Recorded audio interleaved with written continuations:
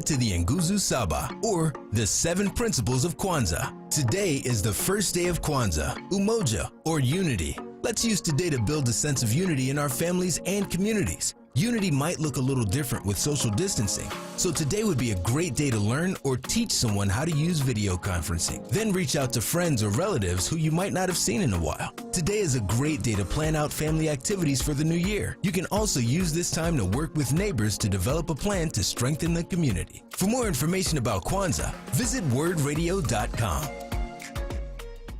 This WURD Kwanzaa vignette was brought to you by the Curtis Institute of Music. The Curtis Institute of Music educates and trains exceptional young musicians. And to ensure that admissions are based solely on artistic promise, Curtis makes an investment in each admitted student so that no tuition is charged for their studies. Meet Curtis today at curtis.edu. Did you know you can catch the flu and COVID-19 at the same time, or even back-to-back? Don't risk catching the flu during the COVID-19 pandemic. The flu shot is a safe and effective way of reducing your chances of catching the flu or spreading it to others. And the flu shot helps protect you and your community from the worst effects of the flu. Don't say, I should have got my flu shot. Call your doctor or visit your pharmacist and get your flu shot today. WURD family. Join Brother Shamari for a deep dive into the Kwanzaa season, focusing on the Nguzu Saba, the 7 Principles of Kwanzaa. Sunday, December 27th from 6 p.m. till 8 p.m. Monday and Tuesday from 1 p.m. till 4 p.m. Then on Friday, January 1st from 1 p.m. till 4 p.m. All week, our programs will feature conscientious contemplation, insightful inspiration, and various guests who will provide spoken word, drumming, music, affirmations, meditations, storytelling, testimony, and fellowship. That's Brother Shamari exclusively on WURD Radio,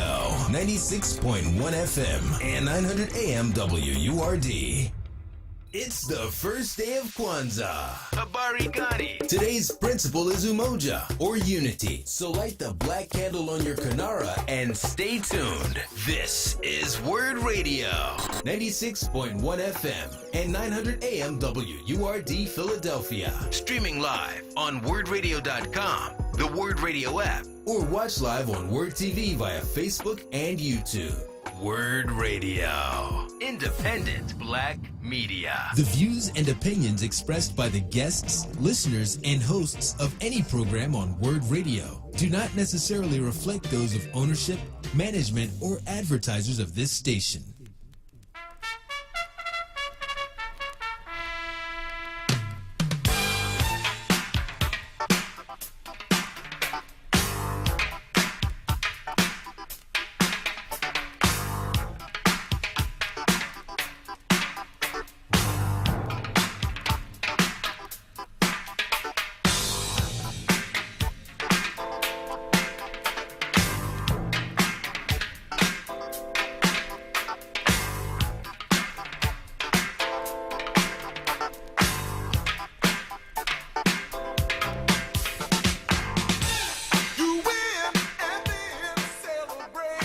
Good morning, everyone, and welcome to another edition of the Chris Murray Report. In fact, it is the last edition of the Chris Murray Report for the 2020 calendar year.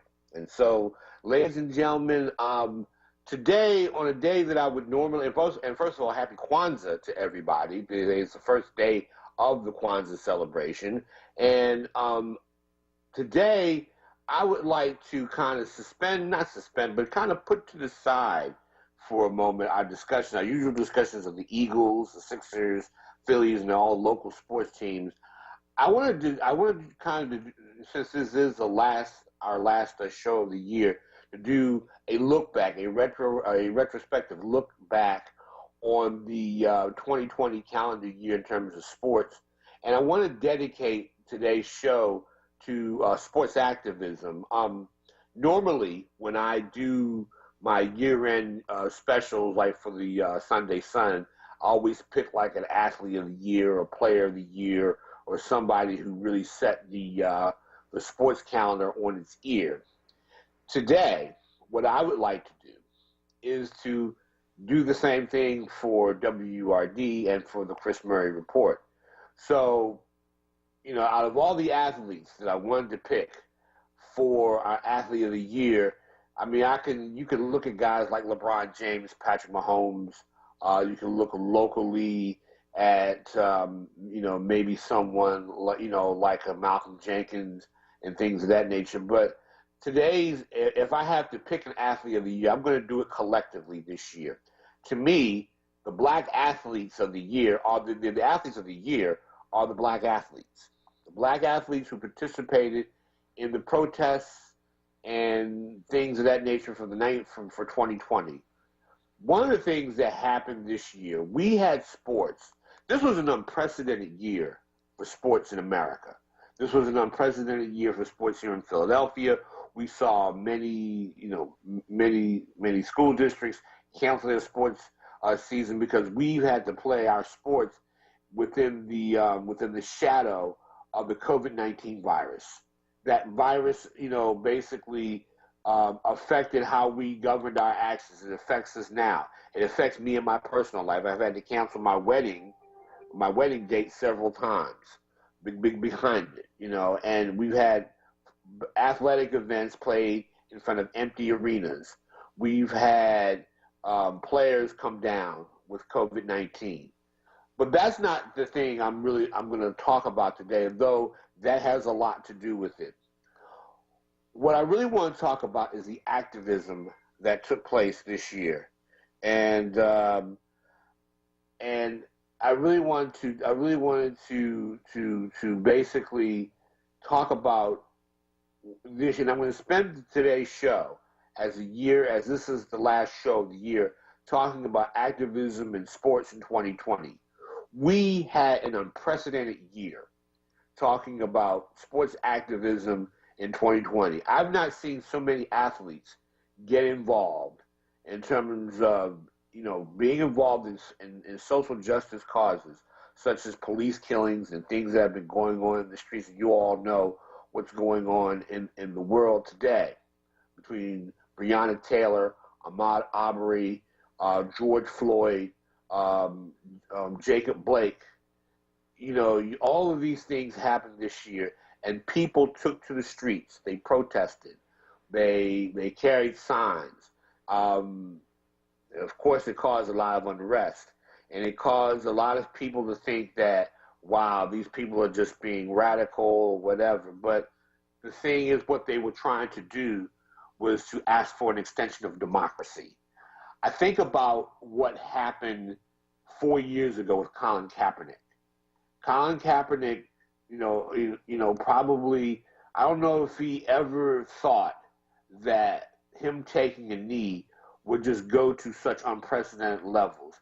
And the awareness that he took, I think 4 years later, gave our athletes the courage. And some people may debate me on that, because they were also protesting for Colin Kaepernick as well. But in these last, I would say dating back to about 2011, 2012, athletes have lent their support to a number of causes this year. And I want to give them the recognition I'm sure that they already have, but I want to give them the recognition that they deserve. To me, the athlete of the year for 2020 is the black athlete. Black athletes stood up this year from the WNBA, I'm going to mention them first, to the NBA, Major League Baseball, National Football League.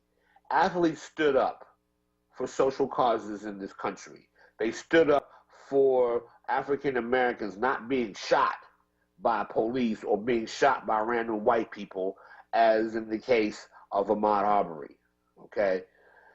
The thing is that people still willing to stand up. At one point this year, the athletes basically came out and said, we're not going to play a playoff game. We're not going to play a playoff game until, and especially in the aftermath of the Jacob Blake shooting, where he was shot 7 times in the face by a police officer. 7 times. And I'm not going to talk about also Breonna Taylor, who was killed, who was basically killed for no reason whatsoever, because she was in her own apartment. She was killed for no reason. The cops went in there, blew up her house. There was no evidence that she was involved in drugs or anything like that, and yet they killed her. George Floyd pleaded for his life in Minnesota before a cop, Derek Chauvin, choked him to death. And so athletes came out in large numbers. Not only that, in terms of protests, athletes also helped get out the vote. They helped, as a matter of fact, they persuaded their teams to use their arenas, especially in the midst of the COVID-19 virus. They persuaded them to use their arenas to allow people to vote. Because you know, in places like Georgia and places like Wisconsin, that people were trying to, there were forces of people who were trying to stop the African American vote. And what better way of doing that by basically trying to suppress the vote, by closing down certain voting centers in Atlanta and places like Alabama, where they tried to make life harder for African Americans and other people of color to vote. Okay, black athletes were on the forefront of that as well. You know, getting out the vote. Matter of fact, we saw Doc Rivers, who is now the Sixers head coach, when he was with the Clippers, he always wore his mask. And I'm going to get to Doc in a moment, because Doc, and I want to play something in a few minutes, not right now, but I want to play something that Doc said that to me really said it all about why this protest took place this year. It really said, what he said was very poignant, very heartbreaking at the same time. But he said what he needed to say about what was going on in this country with African Americans. Okay, so and at the end of all this, you want to talk about patriotism. I think that the African American athlete, along with all those who protested, all those who voted, all those who carried signs, all those who endured tear gas, and by the way, not all of those who were protesting were tearing down stuff and were shooting up people, as in the case of the young man in I think it was in Wisconsin, who shot somebody in the back. I can't even think of the guy. I don't even want to speak the guy's name on my air today. But the thing is that a lot of you here in Philadelphia, were out there protesting. I saw the signs and I saw all the things. And even people who, and I got to commend another person on here, is Councilman Kenyatta Johnson, who led a number of marches to bring awareness to African American people who were being shot by another African American. I don't want to forget that aspect of this too. Okay, so people stood out. People took the streets to say, hey, enough is enough. We've got to stop the killings in our own community, but we also have to stop the police officers from shooting us up too. Those are not mutually exclusive issues, okay? I don't want to please spare me the argument between Black Lives Matter and other organizations. Black Lives Matter basically deals with what we're talking about today, cops and all that. We have other institutions and organizations who are in our communities, and I think that both groups ought to be united with one another, who deal with, black on black crime. Now, I'm not going to call it black on black crime. I'm just going to say the fact that we shoot each other up. And that has to stop too. As much as I don't like the police officers shooting us up, and I'll protest it on both ends, but I'll say it on both ends. I think as a community, those are not, it's not going to be one thing or the other. I think those are both, and they're both caused by the same, but they're both byproducts of the same white supremacy and systemic racism that we experience in this community. Okay, so those things are together. But I want to talk about the black athletes' role in all this, because I think they went out and protested. It was Naomi Osaka talking about wearing a different mask at her tennis matches, with a different name of someone who was killed by a police officer. Okay, and so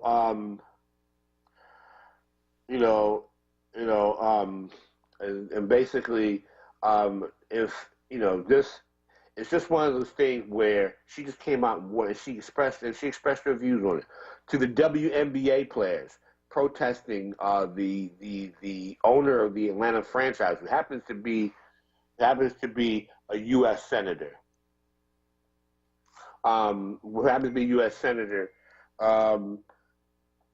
They protested her. They said she was wrong for criticizing Black Lives Matter. Also, they also stood up. They have been standing up for a lot of issues. They all spoke out about various issues. They wouldn't play. They wouldn't. There was one time when they said, "No, what? We're not going to go and do press conferences talking about the game instead of focusing on what instead they focused on what was going on in the world and the community."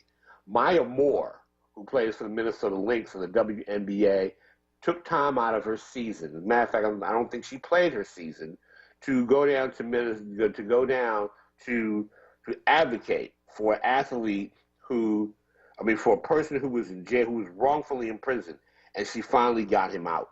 And she was a part of a bunch of people who got him out of jail. So from that standpoint, Black athletes stood out in ways that I don't even think that Tommy Smith or John Carlos would talk about. And so from that standpoint, this is why I talk about the Black athlete. Today's show, I'm going to have Keaton Nichols coming on at the bottom of the hour, formerly of this station. We're going to be talking about it from the young person's perspective. We're just going to be talking about it from that perspective. I'm going to have Marlisa Lawrence Corbett, who's been a long-time guest on this show, talking about tennis. But we're also going to talk about the impact of Black women participating and just activism in sports, Naomi Osaka in particular. But we'll also be talking about the WNBA and this year of sports activism. At about 12:30, I'm going to bring on someone very familiar to me, very close to me, Denise, political reporter Denise Clay, who covered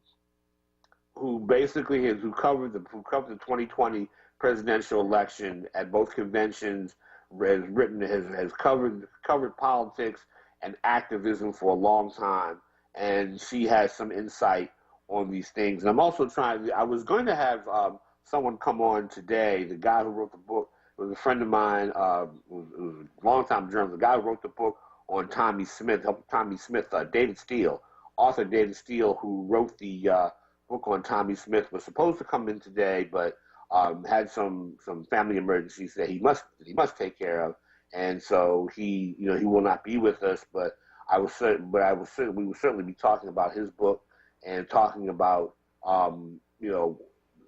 tracking activism from then to now. So we were really trying to so from that standpoint, ladies and gentlemen, we got a lot to talk about, and I'm going to include you guys in. Don't sit back and think that I'm not going to include you in on this. I want you guys to, those of you, 215-634-8065, 1-866-361-0900, if you're calling outside the area. I want to talk about this, but my commentary, I wanted to make sure that we got across one thing, that to me, Black athletes stood out in a way that I have not seen in quite some time. And so from that standpoint, I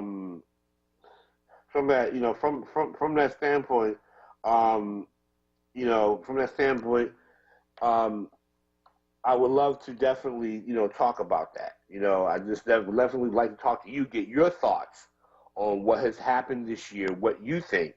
And so I'm going to start that. I'm going to start all that today. And I want everybody I hate to mute conversation. I'll tell you how long you could be on, but try to be as brief as you, be brief, but say a lot, but be brief. I don't know how to basically say that, but from that standpoint, you can, I still want to hear from you, but take in consideration that a lot of people are calling in, and a lot of people have something that they want to say about this issue. So from that standpoint, let me start with Brother Joe from Germantown. Brother Joe, how are you? What are your thoughts on what we just talked about? Hey, Brother Chris and Brother Joe. First, happy Kwanzaa, happy first day of Kwanzaa. Baragani, happy emoji. Baragani to you. Thank you, Brother Chris. Unity Day. Happy unity for all the black people and people of the world and stuff. And of course, Chris, happy. I wish you and your sister Denise a beautiful wedding next Saturday, Chris. I hope y'all have a beautiful. Y'all have a beautiful life together, man. And I know the Creator gonna bless y'all. And I wish y'all nothing but the best. Chris, on a black athlete thing, I'm gonna say these things real quick so other people can get on. I know as I watched the game between Minnesota and New Orleans yesterday, I scanned both sidelines when I watched the game. I noticed I saw one black player for the Minnesota Vikings. He was kneeling. He was the only one I seen kneel. Now I've seen other black players.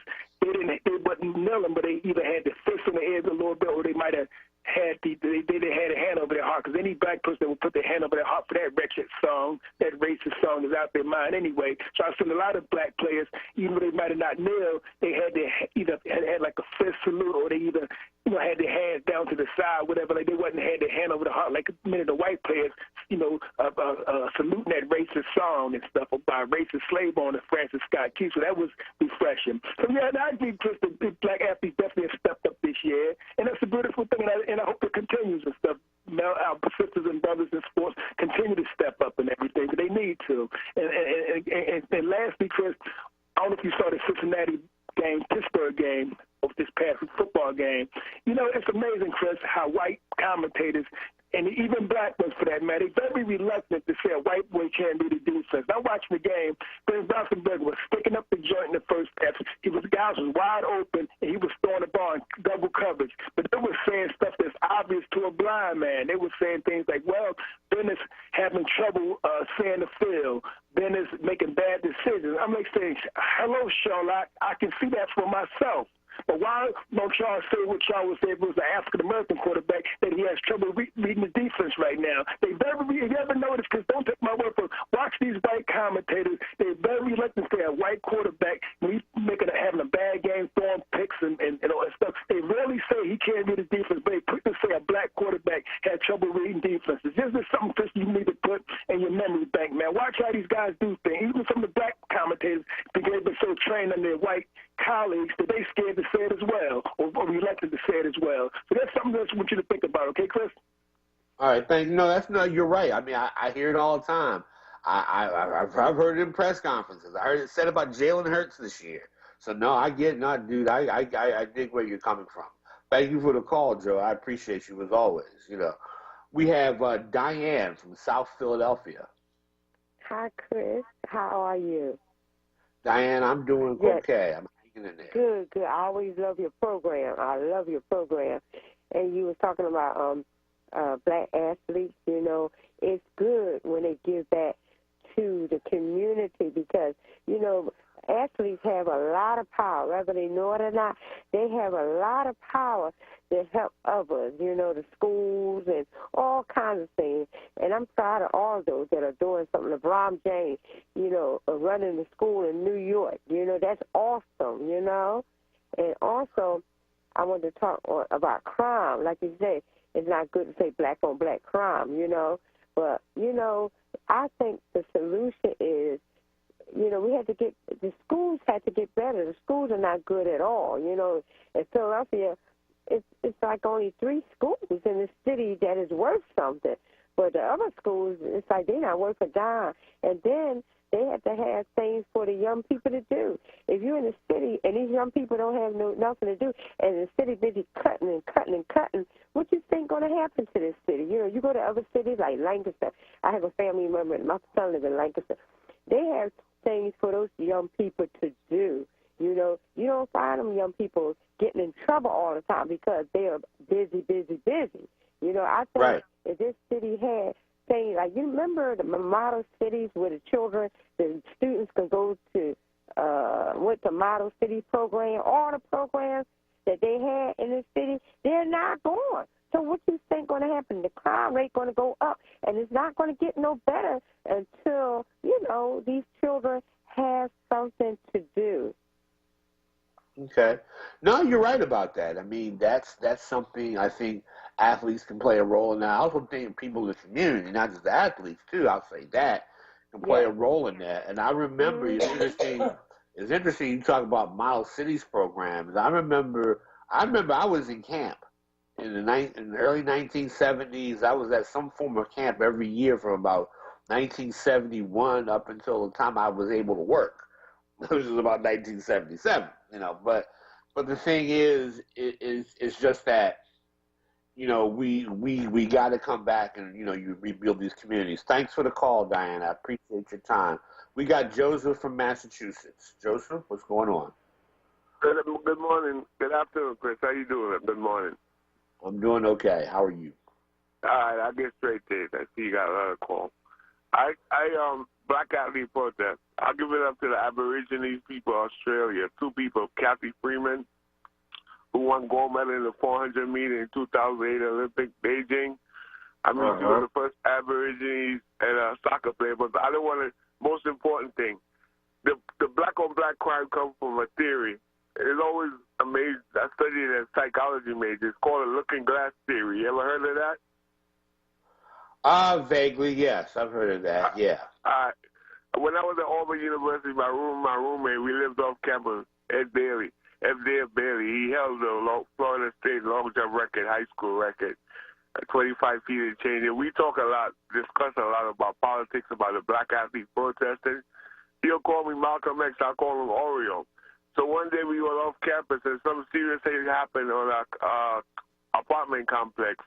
And everybody was outside, but we the only two black people outside in front of our apartment. When the police pulled up, they pulled up right by us with their headlights facing us. I say, now you believe me on racism? In other words, the looking glass theory say you are what society perceives you to be. When people look down on blacks, other blacks take cue and say, well, you're not important. So they feel it's easier to take your life, to kill you, based on that concept that you're less of society. And that's a reflection from white people, how white people, when police kill innocent black men, also black people feel subconsciously that, well, black people's life is not worth much, so it's easy for them to bag them. I see you get ready on a break. Thanks for taking my call. Talk to you next week. Okay. No, Joseph, you make a good point. I mean, I think, you make a good point about that because, that's how, when you're inundated, with self-hatred, that's going to happen. You're going to eventually take shots at your own people. We got to go to break. You're listening to 96.1 FM, 900 AM, WURD, the Chris Murray Report. Will be right back. COVID-19 affected many things this year, including regular vaccinations.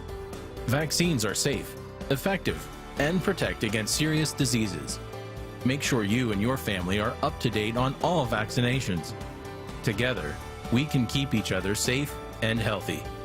Let's stay protected together. Get vaccinated today. For more information, visit health.pa.gov. Paid for with Pennsylvania taxpayer dollars.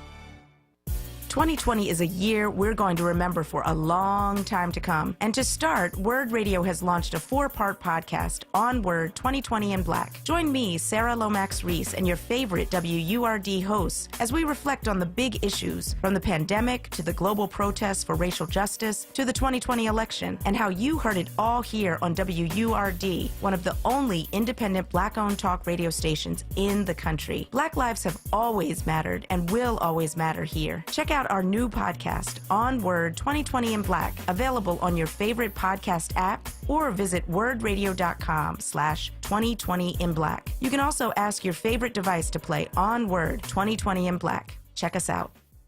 Tune in Saturdays from 2 p.m. to 3 p.m. to hear Empire Capital and Consulting founder Mark Palmer's show titled Black Money, Black Power. This show centers around black money and how black power is derived from money. Tune in every Saturday from 2 p.m. to 3 p.m. Black Money, Black Power. Hosted by Mark Palmer.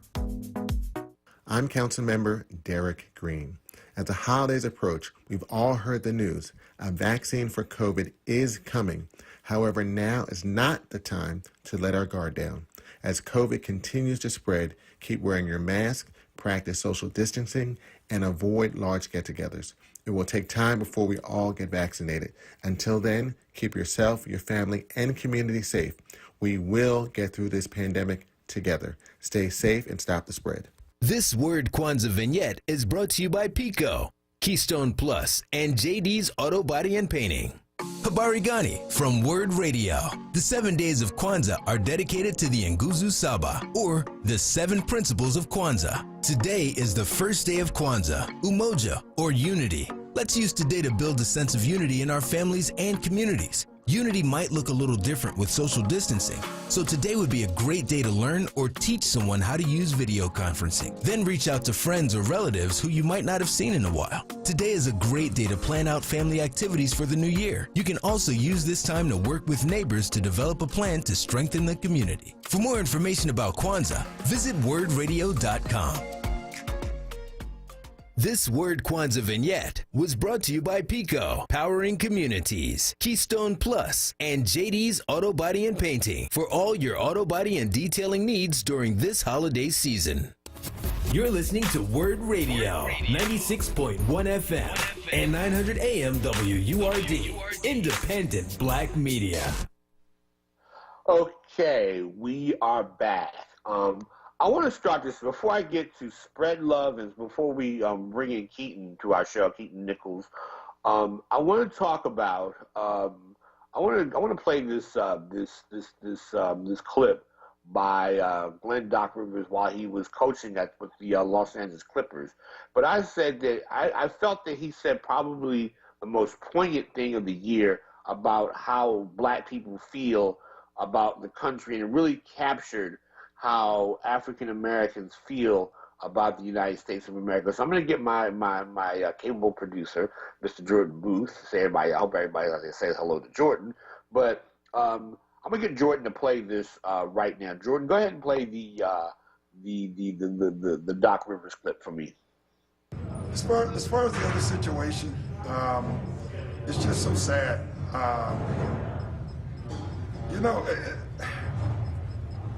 What stands out to me is just watching the Republican convention, and they're spewing this fear, right? Like, all you hear is Donald Trump and all of them talking about fear.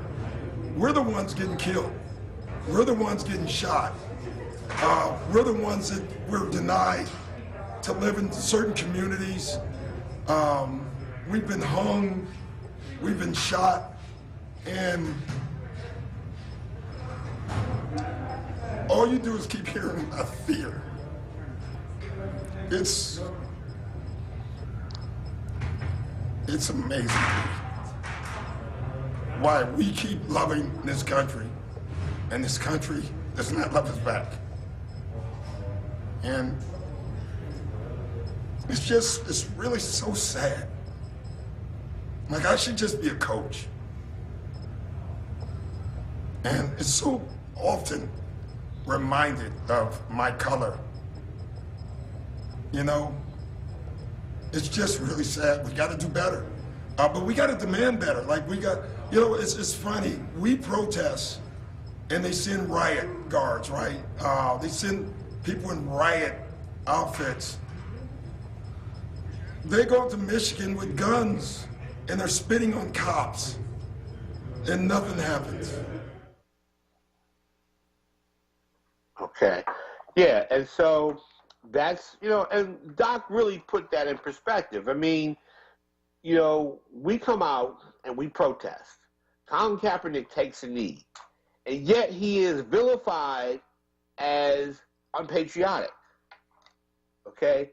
Think about that. The most American thing you can do is to protest, is to exercise your freedom of speech, yet Donald Trump and some others, they want to take away your right to vote by protesting the election in places like Atlanta, Milwaukee, Philadelphia, of course. I got to start here in Philadelphia. So Atlanta, all those places. Michigan, Detroit, my friends in Michigan, they went, that's who they went after. That's the votes they were going after. And yet we protest a cop shooting us or white person not being allowed to get away with shooting Ahmaud Arbery, people get upset about that. We come out and protest, and they try to say you're un-American. Well, it's also un-American to suppress people's right to vote. So let me start with let me start with Spread Love, and then I'm going to bring in our guest. Spread Love, what do you got to say about all this? Well, God bless first and foremost, Brother Chris. Thank you for your work and your show. How are you today? I'm doing okay, brother. I'm hanging in there. Day after Christmas, man. Just coming down from all the good food that I ate. Well, I'm glad to hear you were able to eat well. God bless Brother Jordan on the boards. Always doing an amazing job. The entire WURD family, the staff, the listeners, the callers, and, as always, God bless all the victims. Our hearts, thoughts, and prayers are with them. Everyone incarcerated listening, especially incarcerated unjustly. May God bless us to bring freedom to our people and bless everyone working to make it better. I was just calling it first. Congratulations, Brother Chris. I thought you was getting married today. No, that's next week. Next week Okay. I'm getting married. May you have a lovely ceremony and an even lovelier life together. That's first and foremost. And I got to say this. You see my man Kamara yesterday scored 6 touchdowns? Yeah. Like I said, that's the front. Like I said, that he ties the record with Gale Sayers, Dub Jones, Ernie Nevers, 6 touchdowns in a game. The last time that happened was in 1965. I was 3 years old. Gale Sayers did it. Gale Sayers could have probably scored more in that game. That's the frightening thing about it. But Alvin Kamara, great player. Great player. I wish the Eagles would have gotten him. That's a guy they could have used. I just have to commend him.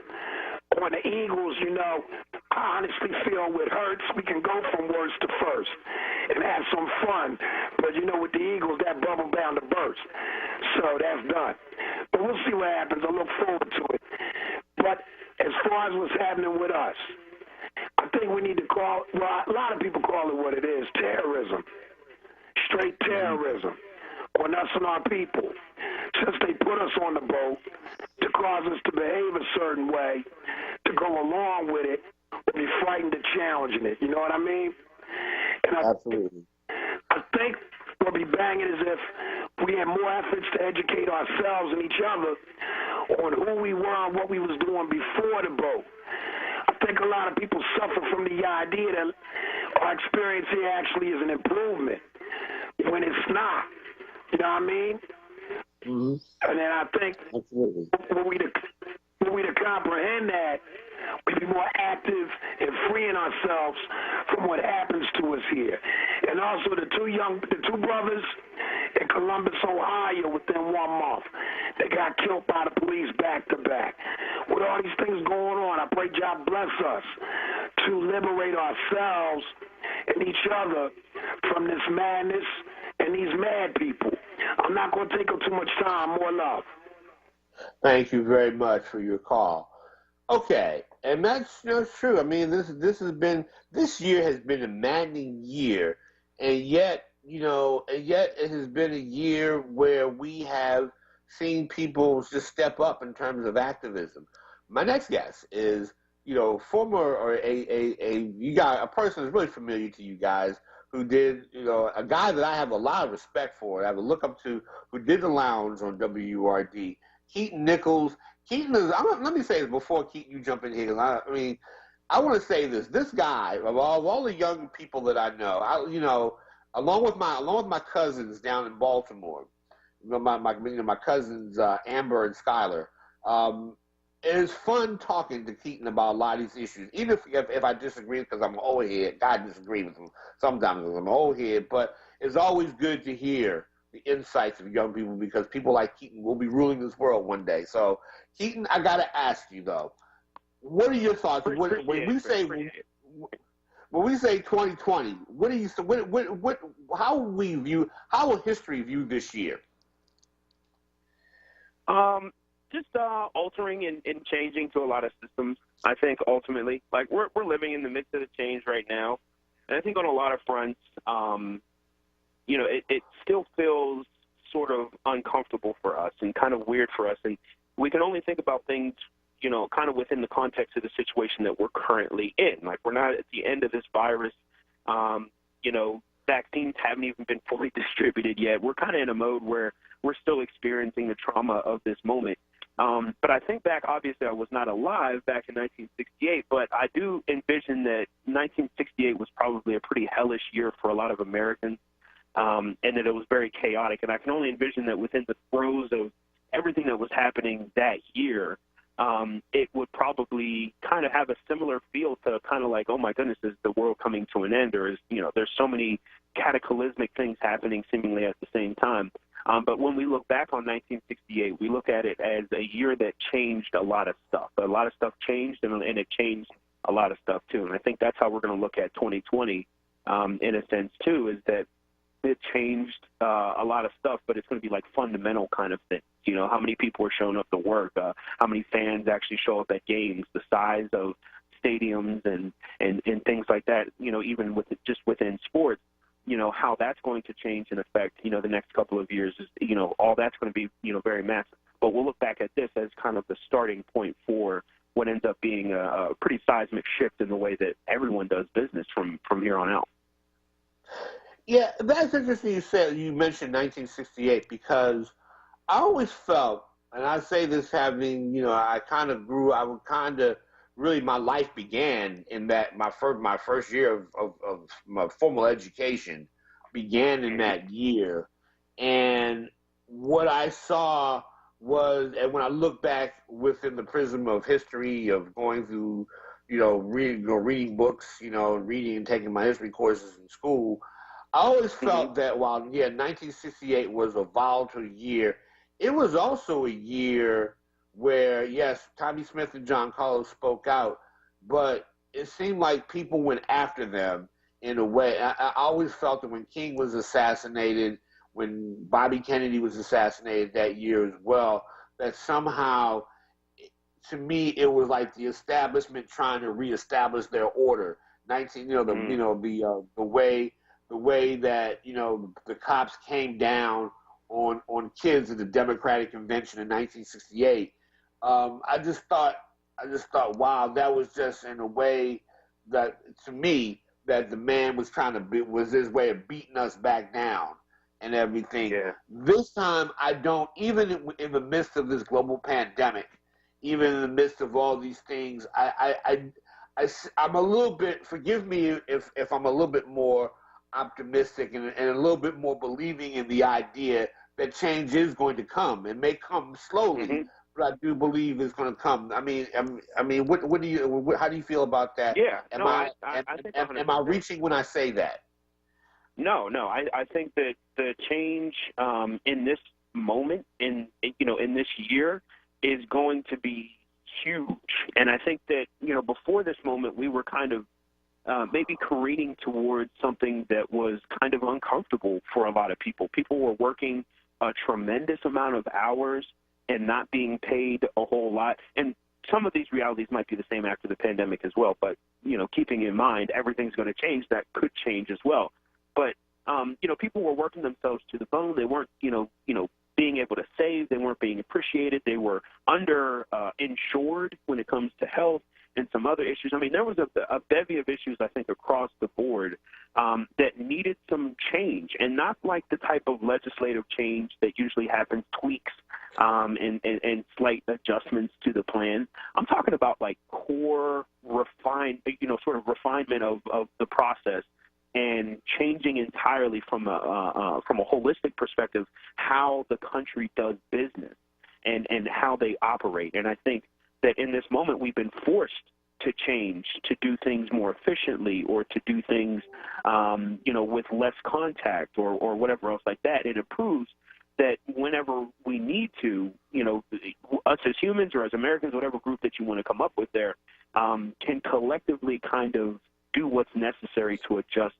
to what's next. And so that ability to be able to change and to be able to shift into what's new, I think is what gives you hope that, coming into this next era and this next generation, things will change, and hopefully for the better. I think they will be changing for the better. And I want to ask you about the black athletes' role in all this. We started this show today, and I was explaining to you that the black athlete, not since Smith and Carlos or Muhammad Ali. Remember, Ali was vilified. They were all vilified.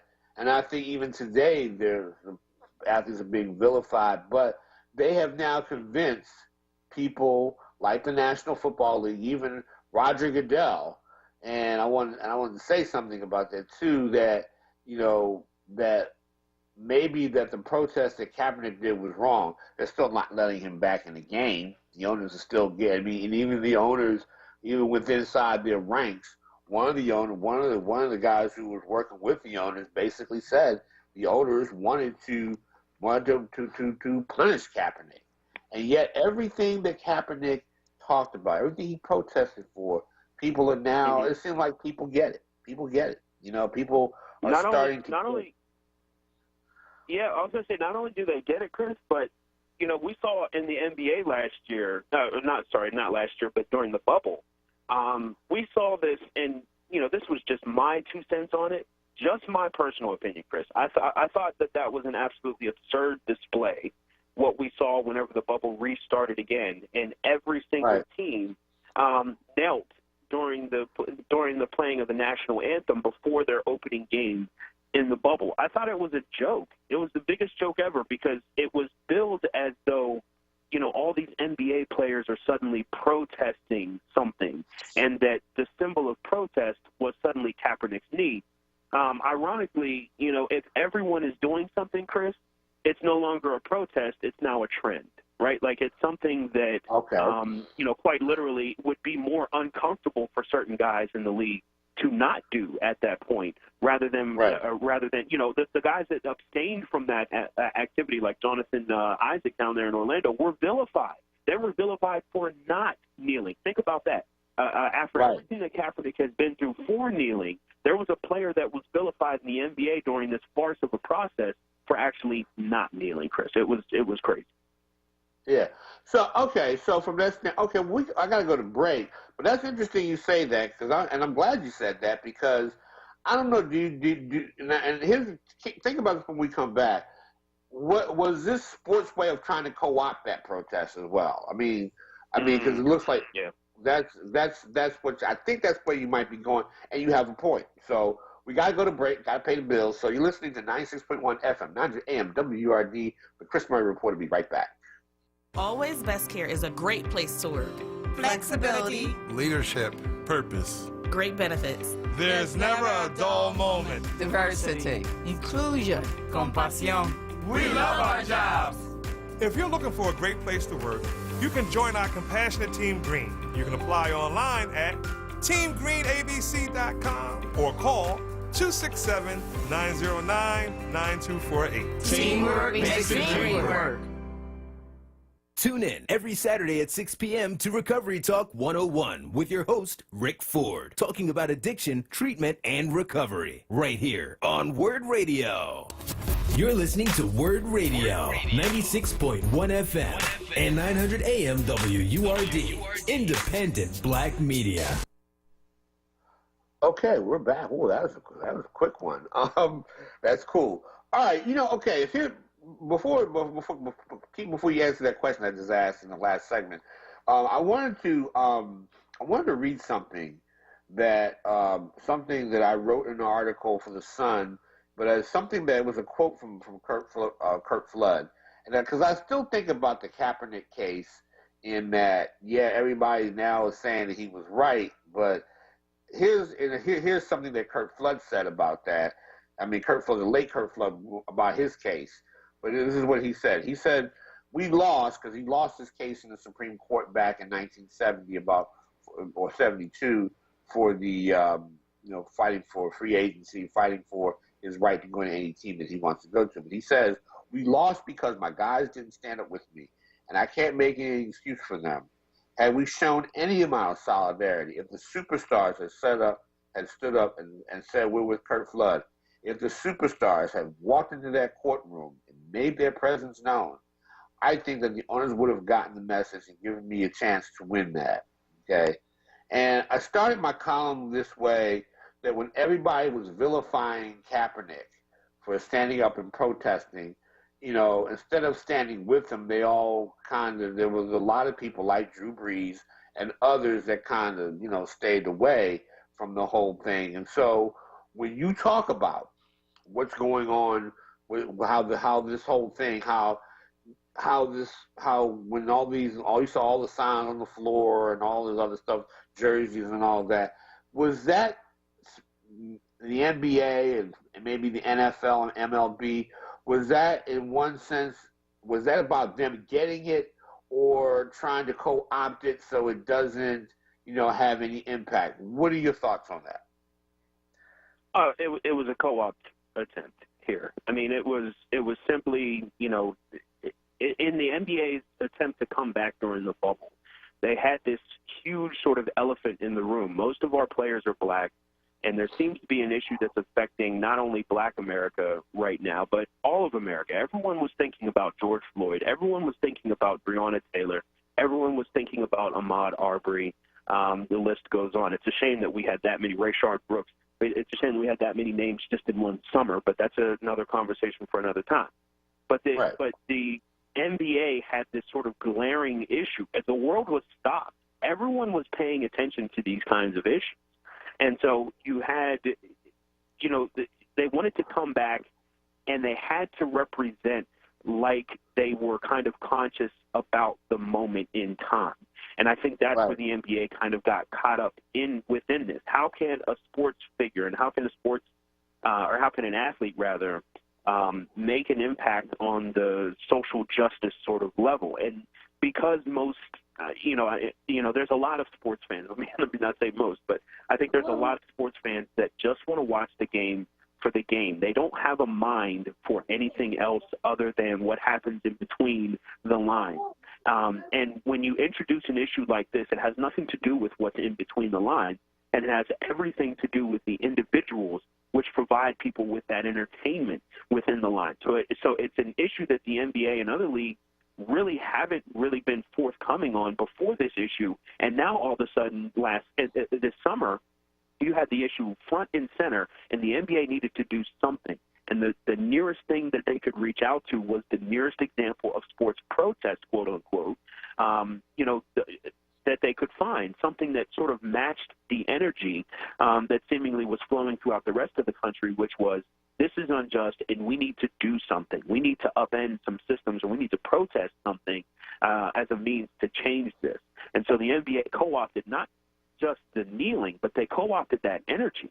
Because you notice, Chris, at the start of this NBA season, this year, it's a 2020-2021 season, which started just on this Tuesday, you saw no mention of Black Lives Matter. You didn't have the PSAs like you did during the bubble. You didn't have coaches and players, draped in Black Lives Matter gear and saying it was no longer an issue for the NBA. And perhaps that's because there hasn't been a high-profile case of a black man being shot or killed that captured the attention of a country like George Floyd last year. Perhaps. I'm not in those rooms. I don't make those decisions. But the evidence and what you see is what you see. And what I didn't see on Tuesday, Wednesday, yesterday's games during Christmas, and I will likely not see during tonight's slate of NBA games, is any sort of acknowledgement that the NBA still thinks that Black Lives Matter. Wow. That's, you're right about that. It seems like, I guess they did it, especially in the bubble, because you didn't want to lose any, because these things were happening. They were going to probably happen in ways that they couldn't control. And so you're right. I find that interesting that you don't see a lot of that out there.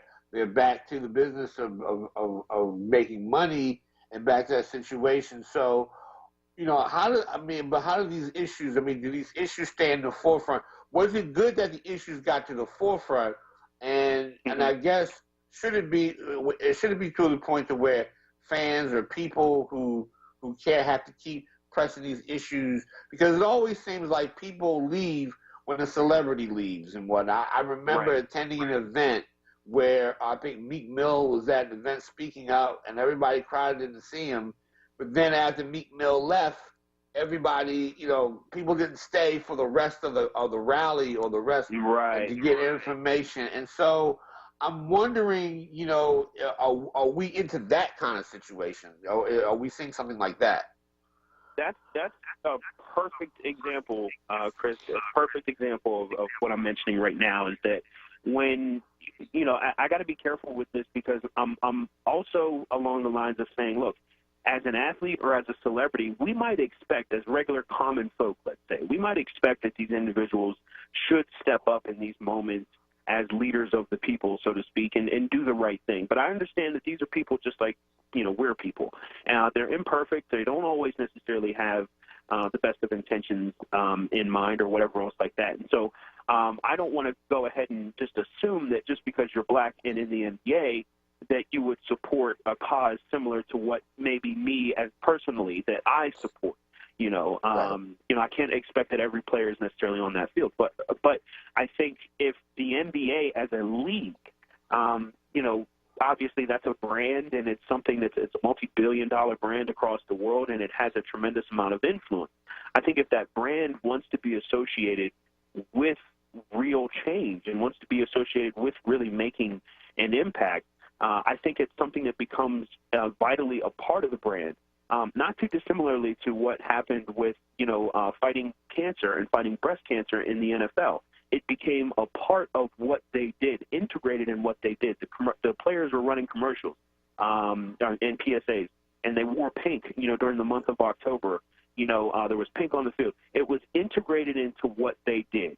And so I think, an approach similar to that by other leagues would show that they are serious about impacting change and not just wanting to co-opt a movement. I think there's been a lot of real progress that has been stopped and stifled in past years by big corporations and big companies that have financial interests. And the NBA and the NFL, all those are leagues that have financial interests. But I think, we've had a lot of movement stifled by big companies and big corporations trying to get involved as a way of, sort of riding the wave of the trend, and they have no real intention on helping. And I sensed a lot of that out of the NBA. There were certain individual players that I do think have the best of intentions in mind, and they're doing what they can as individuals to use their voice, their individual platform to forward those objectives. But as for the league itself, I think it becomes very clear that the league doesn't have those same sort of wholesome intentions. Instead, they're just focused on how much money they can recoup in a year when they're losing ticket sales and jersey sales and all types of other stuff. Yeah.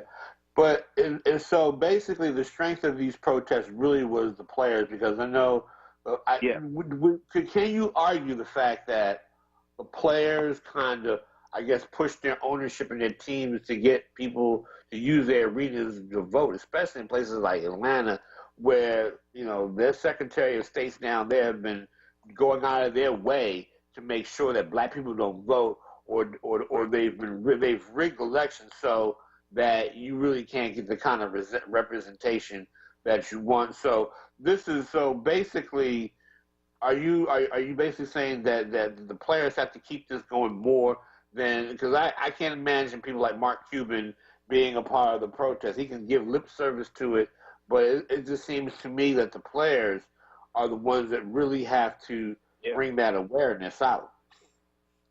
Yeah, and I think look no further than the WNBA as a perfect example of how it's done when it comes to kind of laying it all on the line. You have several players, including Maya Moore, who literally stepped away from the game because, and obviously Maya Moore, one of the greatest WNBA players, one of the greatest basketball players that we've seen, but she stepped away from the game so that she could focus on getting people, helping to get people out of jail who otherwise shouldn't be there. And that, I can't speak enough. I mean, that's what you call putting everything on the line, putting your skin in the game, so to speak, to help. And I think that kind of energy is what's necessary. And I'm not saying LeBron James would have to do this. So LeBron, I think, does a lot already. But I think if a guy like, Tobias Harris, for instance, said, look, I'm going to take half of this season, or I'm putting my season on hold so that I can help the victims of violence in Philadelphia or whatever, I don't know, or help police community relations and whatever is necessary. I think that kind of commitment might seem extreme to us because our expectation is, look, these players need to play, especially in the NBA. These players are very valuable, and their presence on the court is very valuable. So we want to see these people play. But I think, when it comes to who can make a real impact, that Maya Moore example, so to speak, is something that I think is the ultimate, sort of player sacrifice. And other players haven't quite reached that level of sacrifice just yet, but they've worked really hard, like Jaylen Brown on the Celtics, I think, does a good job of this, working really hard with, sort of educating a populace and making sure that because, since it's Jaylen Brown, he knows there's a certain amount of people that are going to listen no matter what. And so he uses that platform to help, sort of inform people as to what's going on. So there's a number of ways to do it, but it is more so about the individual player and how they can impact the situation, certainly a lot more than the corporation, which has financial interest. Right. And so from that standpoint, Keith, we could talk about this all day, but I got to get to the next segment. I go to commercial. But Keaton, thank you for adding your piece. Where can people find you these days? You can follow me on social media everywhere at Keaton D. Nichols. For those that are looking for a continuation of the lounge or some other stuff, there's something that's similar to that, what we do, and talking about political issues and what young people need to do to kind of take over what's next. Hit me up at Keaton D. Nichols. My show is called A Nichols Worth, like my last name, Nichols. So at A Nichols Worth. That's where you can find my content as well. Thank you very much, man. You were great. You were insightful here today. Ladies and gentlemen, we got to go to break. You listen to 96.1 FM, 900 AM, WURD, the Black Talk Media, the Chris Murray Report. Will be right back. This message is from the Philadelphia Department of Public Health. COVID-19 is still a threat in our communities, but we can all do something simple to help stop the spread. It's critically important to wear a mask or face covering whenever you're in public or around others. Yes, even while social distancing. Wearing a mask shows you care for yourself and your community and is essential to slowing the spread of COVID-19. So love yourself, love your neighbors, wear a mask. Hi, this is Jeff Brown from Brown's Family ShopRites and Fresh Grocers. Are you thinking about a part-time job to help out with the cost of the holidays? We have plenty of openings. You can apply online at shoprite.com/careers or freshgrocer.com/careers. Come join the Brown family today and help us serve the people of Philadelphia. Have a great holiday. The WURD Radio Newsletter, keeping you informed, engaged, and connected. Sign up by visiting wordradio.com. Scroll to the bottom of the page and type your email address under Connect with Us. You'll receive the latest information on WURD Radio, messages from our president and CEO, Sarah Lomax-Reese, exclusive articles and multimedia content, and resources. Stay informed with the WURD Radio Newsletter. This WURD Kwanzaa vignette is brought to you by Pico, Keystone Plus, and JD's Auto Body and Painting.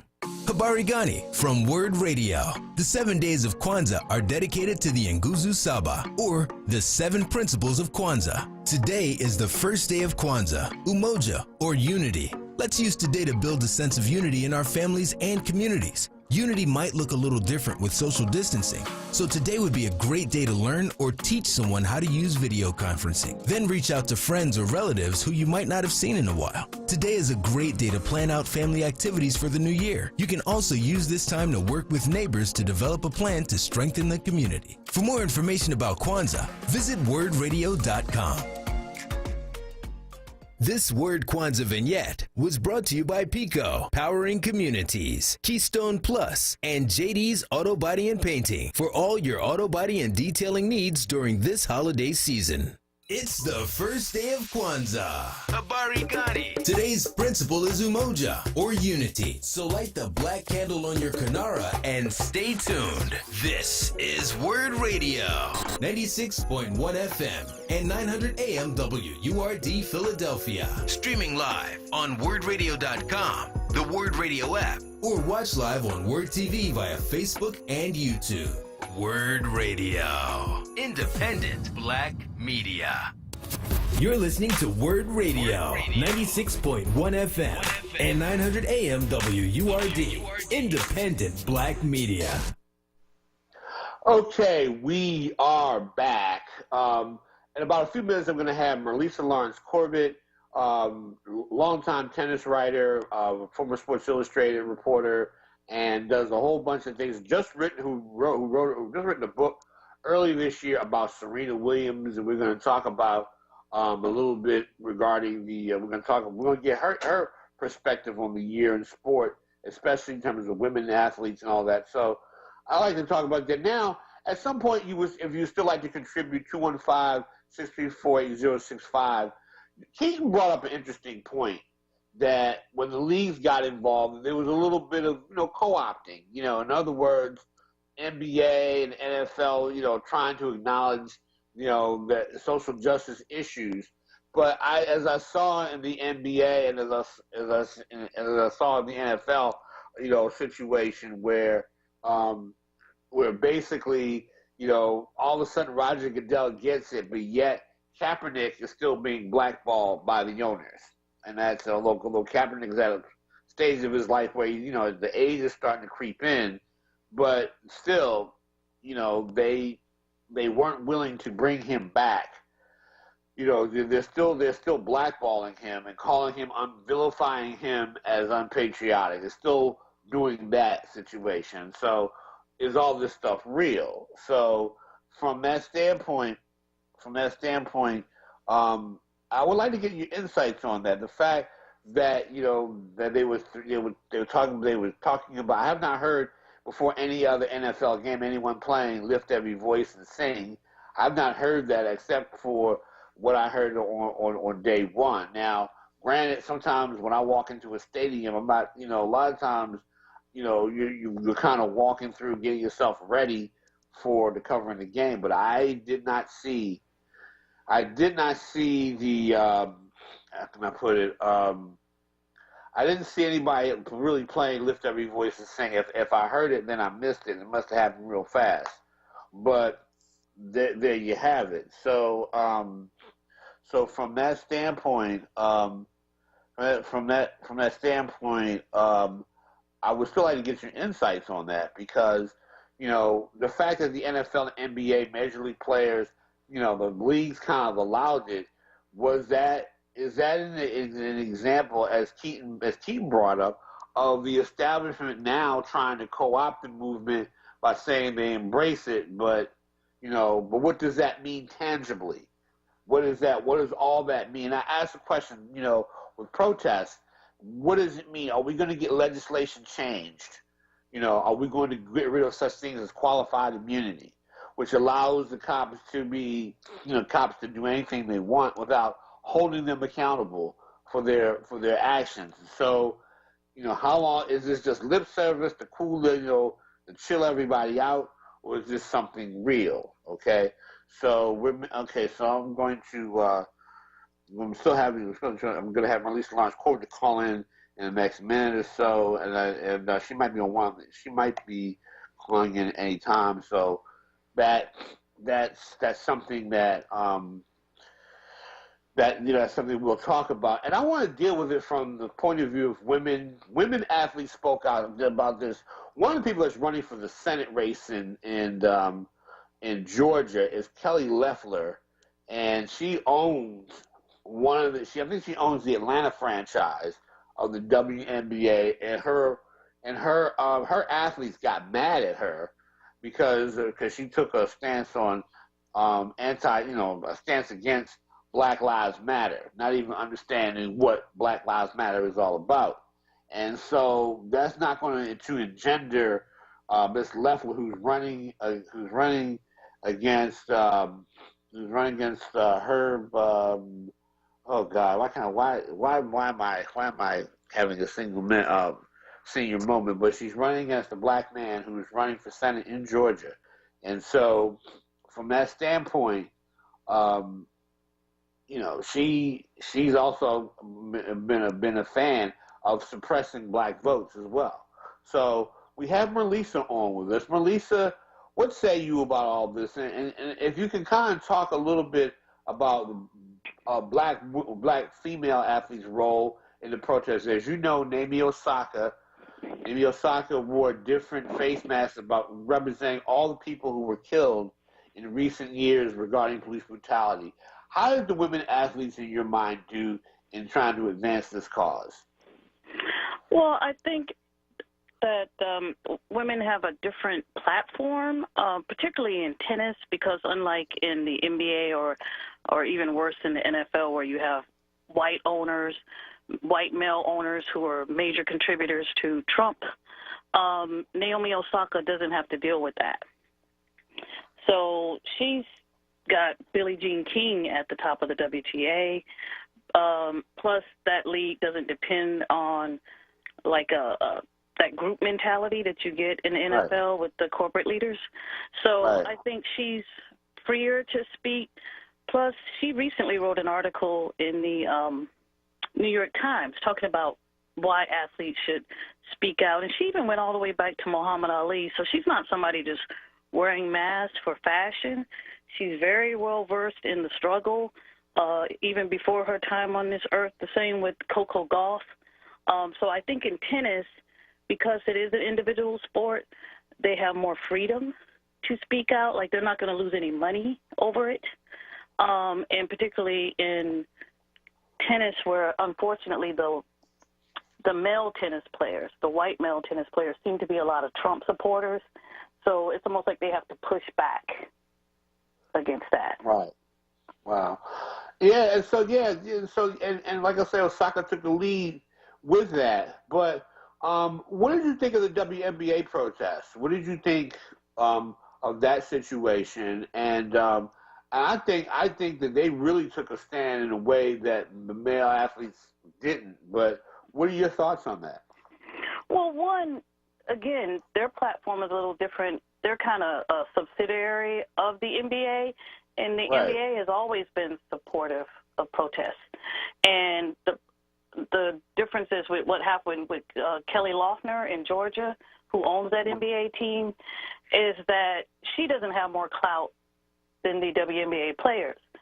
And the WNBA players can act as a group collectively because they don't have the clout that the NBA players have. You know, they're not swimming in endorsements. Nobody's knocking down their door for endorsements. So they can speak out. They have contracts. So I think it's different. I do see males speaking up more coming from the NFL than used to be, but the NFL, I think, is the biggest disappointment because that's the most money. And those athletes have more power than they think, but I think the whole culture of the NFL, when you think about the big football programs, for some reason, these black mothers and fathers keep sending their sons to play for people like Dabo Swinney, and I don't get it. You could go play anywhere. And so it's like, so there's a factory where they're already being conditioned in college to think, oh, it's just, you're being given a great opportunity and you should be so thankful that this white man is giving you a chance to earn money when you're earning your keep. You're earning your money. But they come through this factory, and like I said, I'm disappointed that more black mothers and fathers, you know, keep sending their kids to these, you know, what I call the preferable Negro schools, where they, you know, they kind of train them to act a certain way, and I don't get it. I'm like, I don't even know why you go to these schools. People where, you know, they're still flying the Confederate flags. You can go somewhere else, you know, but that's what you get in the NFL, so that's why you get that type of player in the NFL. Look what they've been conditioned to do from the time they're 17. By the time they're 15, they've been recruited by these coaches. They've been taught to revere these coaches. They get in that system as teenagers, so they become a man under the tutelage of Trump supporters. It's insane. Yes. And so by the time they get to the NFL, what do you expect? Yeah, no, I agree. I agree with that wholeheartedly because, and Bill Rhoden talked about that in his book when in the book $40 Million Slaves, and he talked about the idea, just as you clearly articulated, that these guys are just put on the conveyor belt. On the conveyor belt, they're conditioned to think, to do and think in a certain way.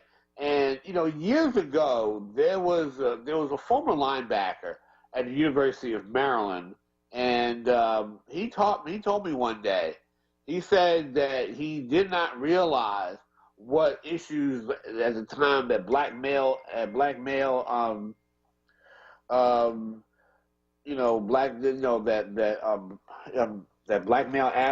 What was I going to say? I kind of lost my train of thought. But one of the things that he said was he was unaware. That's right, of that black male students outside of the athletic department were just struggling to make it on campus, and so he said that he said I wish there was something I could have done, but they kept us. He said that the sports, the coaches kept them from what was going on campus, at the time. And I thought that was the most, and that kind of confirmed what you're talking about. A lot of the athletes, except places like at Missouri a few years ago, are not being informed about these things. And so I'm wondering, will any of this protest, trickle down to those guys? I mean, it seems like the college guys, they just want to play. I mean, even in the midst of a global pandemic. Well, it did to some of them. You did see some of them saying they were going to opt out. Some of them who put their coaches on blast, who were spewing racist rhetoric. You did see some of that, but it wasn't coming from the SEC. Right, no, it wasn't from the SEC. Yeah, and I do think, what you're saying about them being isolated, it's like, look, we're in the information age. You got your Snapchat, TikTok. You got your internet. There's no reason for you to be in the dark. There's no excuse for that. You need to know what people are doing out there. The Confederate flag issue's it's older than I am, okay? So for them to act like, oh, wow, there's a struggle out there. The only time when they want to jump on the struggle is when they're falsely accused of raping some white girl. All of a sudden, it's like, hey, somebody help me with the struggle. They need to be informed and understand that they're a part of the bigger community. It doesn't mean everybody has to act the same. When you look at Tiger Woods and the decision he makes, I'm like, Tiger Woods needs to be allowed to be Tiger Woods, but that doesn't mean we can't hold him accountable for standing on the stage with Obama and then golfing with Trump, or or showing up to the White House with Trump. You can hold him accountable for that, but you don't cancel a brother. He's still a brother. But I agree with that. Yeah, you bring it up, and so for these young men, it's like if you're going to go to these schools, use your platform. I mean, you are the product, Right. And so they have more power than they think. I was very disappointed that so many of them fell in line with the COVID situation, particularly because of the way it was impacting the black community, and they act like things were, they just fell in behind Trevor Lawrence.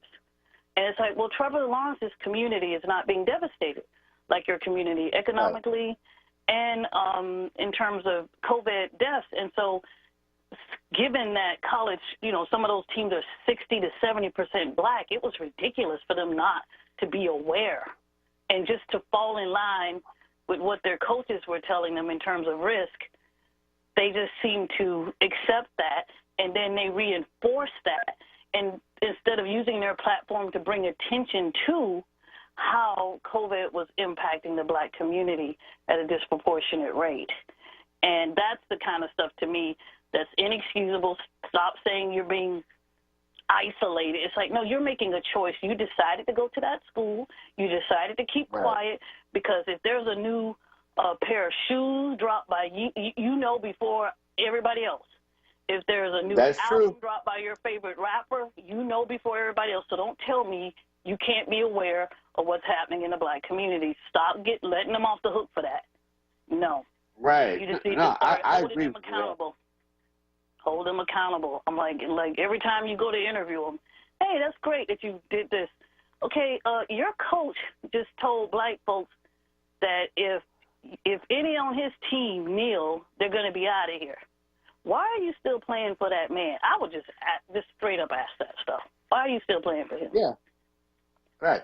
And so that seems to be the issue, too, is that, I look back at the guys who are speaking out, and it's a beautiful thing, but, as a guest in my last segment suggested, when the NBA put all these things on the floor, end racism and all that other stuff, were those things a sign of the movement being co-opted, or was it just black athletes, saying, holding their ownership to the fire on these issues and trying to let them know that as black people, they deal with these issues, whether they have, millions of dollars in their pocket, or they're like me and a bunch of our freelancer friends scrambling around to get the next big check. But, that's the thing. My guest in the last segment said that the NBA putting out all this stuff and the NFL, it was a way of co-opting and kind of slowing down the movement. Do you see it that way?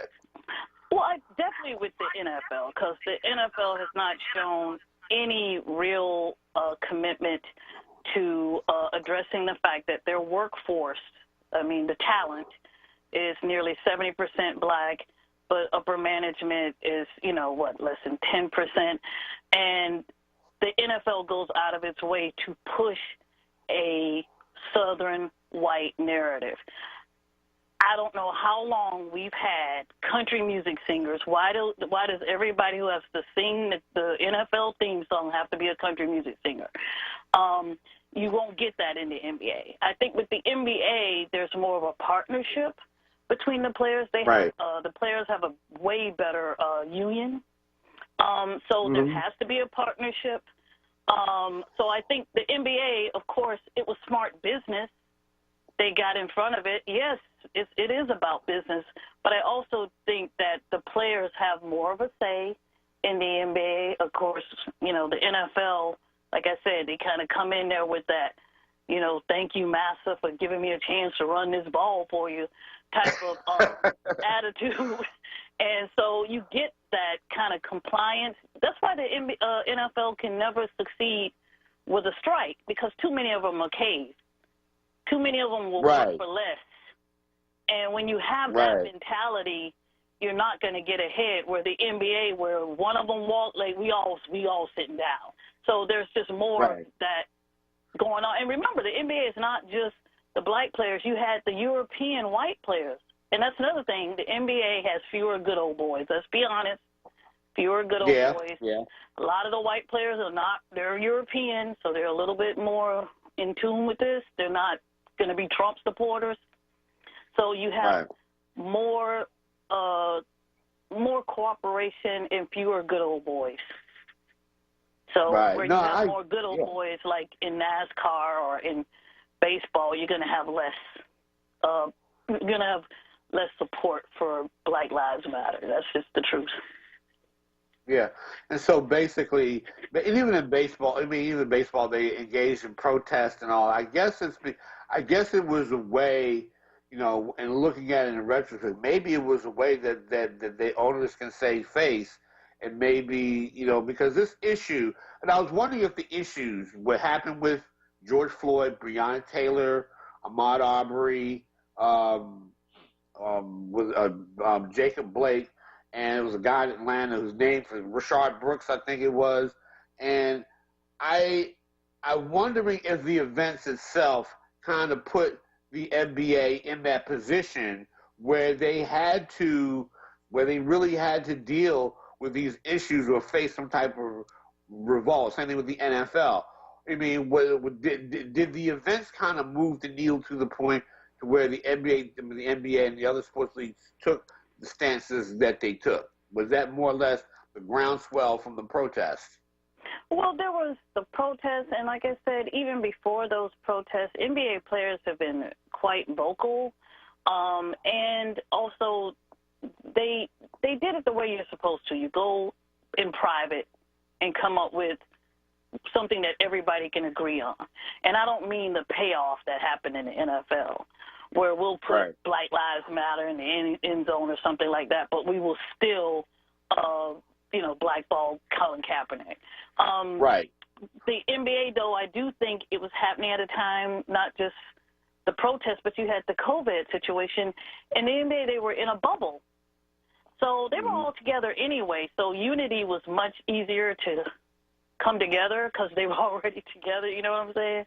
So I think the NBA is a little different. And even when tennis came back, the WTA, the Women's Tennis Association, they had Black Lives Matter patches they were wearing. So, and you had foreign-born and foreign players wearing a Black Lives Matter patch. So it depends on your leadership. Like I said, when you have somebody like a Billie Jean King who's an activist herself as part of the leadership, it kind of trickles down. Where's the leadership in the NFL? Where's the will to recognize, you know, you got Jerry Jones, those voices, Snyder, who's under investigation himself for sexual harassment. Where's the leadership in the NFL that's going to even bring that, you know, to the forefront? You don't have any Mark Cubans or, you know, you don't have that type in the NFL. You just don't. Right. Well, we got to bring it into this segment because we have to go to break. But Melissa, definitely glad you lent your insight. You know, you're a longtime sports writer and you know your stuff. You know, you really know your work really well. And so I definitely appreciate you coming here. So any other thing before, like I said, we've all know, I got to ask something until I got to go to break. So but I just want to say I appreciate you being here. Where can we find your work real quick? Well, right now tennis is on a little hiatus, but you can look at tennisviewmagazine.com or tennisviewmag.com. And, of course, my book is still out on Serena Williams, and you can still get that. Okay. Yeah, that's Serena Williams, sports legend, and my book is right across. Like, yeah, I have to go get it. It's right in front of me. But, Great. Okay. So from that standpoint, please buy her book. And ladies and gentlemen, we got to go to break. We're listening to 96.1 FM, that's MWRD, Black Sports, Black Talk Media. We'll be right back. At PICO, we know one thing is certain. Times have changed. From kitchen classrooms to couch conference calls, searching for a new job, or new ways to keep your family connected. These changes have become a part of our reality. That's why our teams are working 24/7 to meet the needs of our communities. So no matter how much things change, you can depend on PICO to be there with the energy and help you need to power through. Learn more at pico.com. Tune in to onWURD's 2020 in Black podcast series, available now on your favorite podcast app, or visit wordradio.com/2020 in Black. You can also ask your favorite device to play onWURD 2020 in Black. Check us out. Listen to Laborers Live. We created the weekend. We created the 40-hour work week. We just want enough to feed our family, be able to send our children to college, and let our next generation do better than we did. To people that might have forgot how important unionism is in a country like the United States. People now infringing on our 8-hour workday, trying to work people more than 8 hours without overtime, trying to work people without benefits. In the long run, everybody's getting a fat paycheck except the worker. So this is really a wake-up call for America. The struggle is continuous. Tune in to Laborers Live every Friday from 4 to 5 p.m. Sponsored by LESIT, the Laborers Employers Cooperation Education Trust of the Laborers District Council of Philadelphia and vicinity. Local 332, Sam Staten Jr. Business Manager. Local 57, Esteban Vera Business Manager. Local 135, Dan Woodall Jr. Business Manager. Local 413, James Harper Jr. Business Manager. The Laborers District Council, Ryan Boyer Business Manager, and Tony Staten, Executive Director of LESIT. This WURD Kwanzaa vignette is brought to you by the Curtis Institute of Music. Habari Gani from WURD Radio.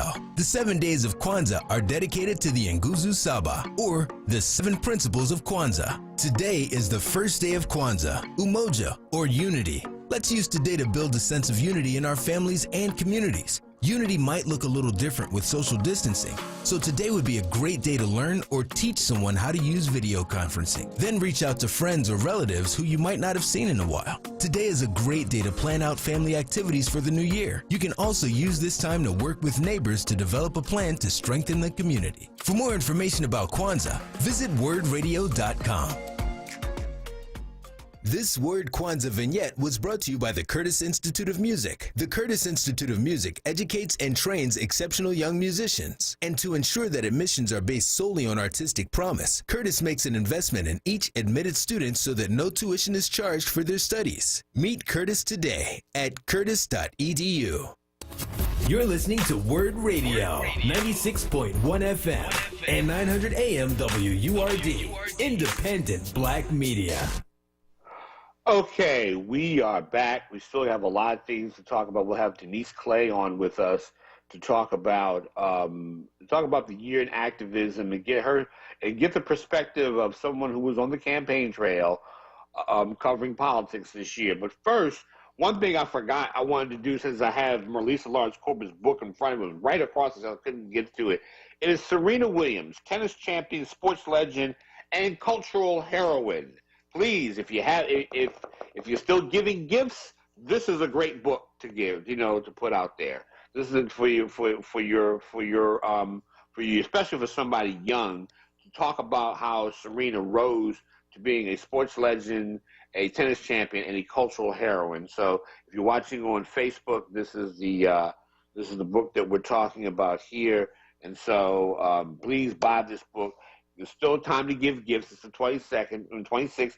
People still give gifts at this time of the year. In case you forgot to give somebody a gift, that book is your book. Okay. Now, so from that standpoint, all right. So interesting conversations today, and I guess the question is that the league's getting involved in all these things. And 215-634-8065, 1-866-361-0900. In this year of protests, did the players do more to force the league to kind of, force the leagues to kind of, pay attention to these issues? Was it lip service? Was it just, the owner's way of trying to basically co-opt the movement? And so the person I have on now, who understands the motives of people in power and things of that nature, who covers politics, covers the city council, has covered Democratic conventions since Obama back in 2008, and has a really good insight on these things, is Philadelphia Sunday Sun Philadelphia Sunday Sun political writer Denise Clay. And you all know who Denise Clay is in terms of our personal relationship. But as a political writer, I can't think of anyone who can kind of look at movements in a way that, I can't think of anyone who could take a look at it better than what she could do. Denise, welcome to the show. Hi, Chris. How are you? I'm doing okay. I'll ask you a question. Keenan brought something up that, that the league's getting involved with all the slogans, Black Lives Matter and, end racism and all that. He saw it as a way of, okay, they're co-opting things. But another way, was it also a part of the players' agency as well? Was it a part of, did the players push, the leagues to this point? I would say, and correct me if I'm wrong, maybe similar to the way civil rights protesters kind of had to push John Kennedy and Lyndon Johnson to believe in their cause. Well, most politicians will tell you that while they may want to do something, you kind of have to force them into it.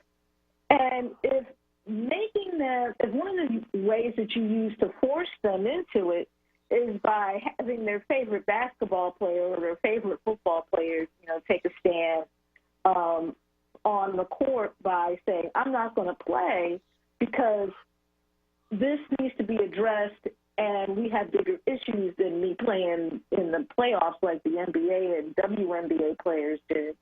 That sometimes that gets the desired effect. But the thing about that is it can also have a backlash.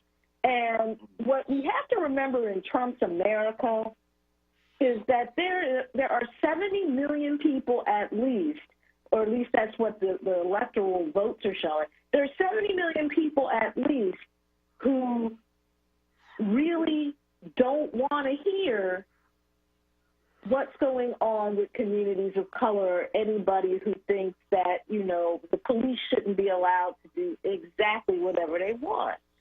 So you have to also prepare for the backlash. I almost said blacklash, which in a way is exactly what it is. But the thing is, you have to be prepared for that and have a plan B. And what I'll hand the athletes that are currently speaking out on stuff like this is that they do have a plan B. And most of them, you know, are you really going to take an endorsement away from LeBron James because he's speaking out for his community and helping people, you know, get to the polls to vote? Are you really going to do that? No. Because that would be stupid. And because that would be stupid, and capitalists are nothing if not stupid, you know, that's why you have some of that buy-in going on right now. Okay. So it's also a situation where, you know, it always comes back down to bottom line money and everything because of, you know, this whole thing. The idea, though, that the players, you know, after the Jacob Blake shooting, you know, they didn't play a playoff game, and the other leagues joined them. Was that more symbolism, or the players really taking a role and saying, hey, we're not, or giving some example that, hey, you know what, we're the ones who play here? Was that more symbolism and all that, or was that really a display of the players' power if they ever chose to use it? It could be seen as both, actually. Okay. On the one hand, yes, it is symbolism because you have these people who are getting paid millions of dollars to play a game, deciding they're going to take that night off, and you know, and say, look, you know, you don't get the benefit of my service tonight because this went on. So on the one hand, you do have that symbolism, but I think what made the people so angry was a manifestation of power.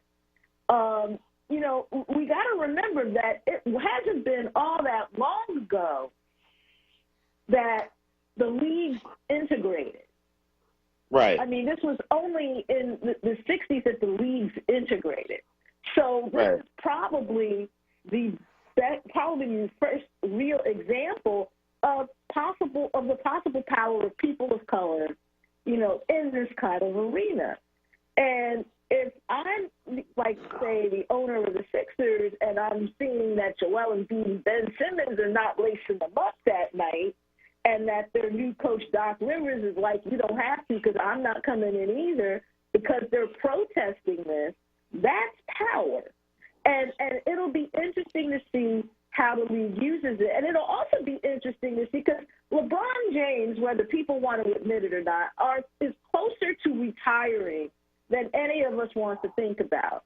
And it'll be especially interesting to see what he does with this power.